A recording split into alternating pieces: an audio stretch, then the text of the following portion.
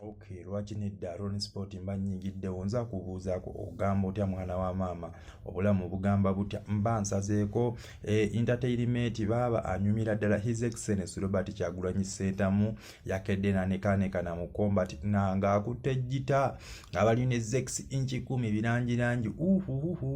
oyo nno baaba n'atooka atukubamu omuziki ku stage akyaliko omumisingako kayimba ki gwe kayimba kikomesinga ku His Excellency Robert Kyagulanyi Ssentamu yatukubye omuziki n'adukalakata ate abe UK mumumanyi yonna gyali Boston bo agubakubira ddala ne wano His Excellency oba ali gutuwaamu ddi ne guliba ku live nga yakusasula tuligisasula baaba yatuwadde omuziki n'agutukubira nno ddala nno bassebo ne bannyabo so weebito bwe bitambula His Excellency waffe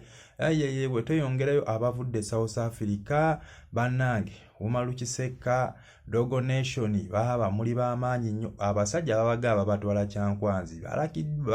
balabikiddwayo kati nga kiraga Umaru Kiseka be bayogera ba Fred Lumbuye nti abasajja bano bakabadde bakolera state nga it is true nemu abali eyo tubalabula era tubabuulira teri muntu gavumenti eno okumanya nayo nzibu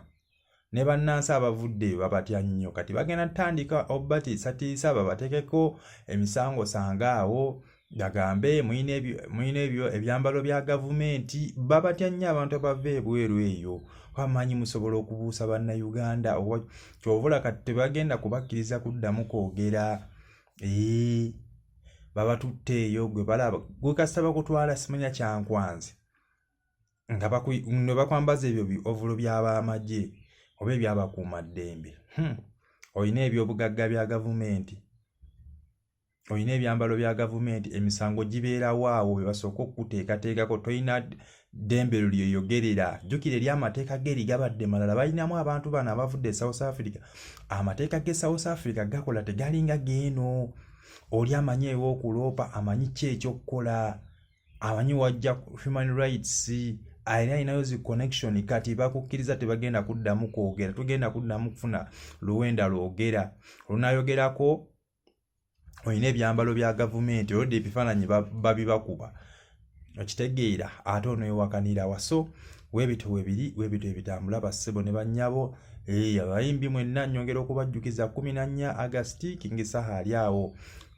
Koro Air Strip so weebito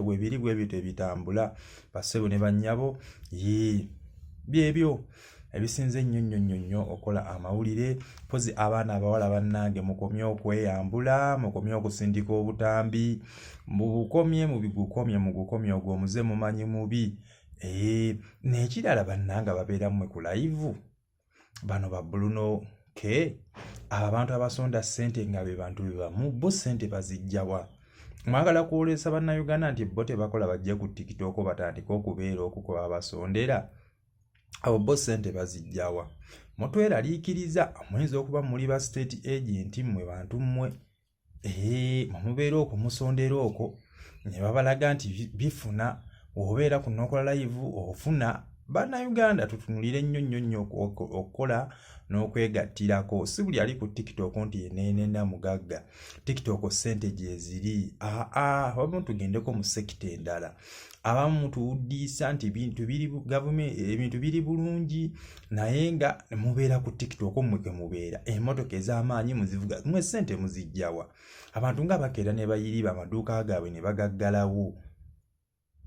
naye mmwe mulaga mubeera ku TikTok ssente kwe ziva muzijja mulimo ki omulala gwe mukolerako bassebo ne bannyabo buli akwata essimu TikTok njagala kugenda kugoyinga vayiro mugendeko mu bubazi mu bulimi mubeereyo mu busuubuzi mubeereyo naye amateeka tetumanyi so bannange mutubuuliremu abatava kuzira live biki bye muyisaawo bye bantu be bamu be basonda baagala nnyo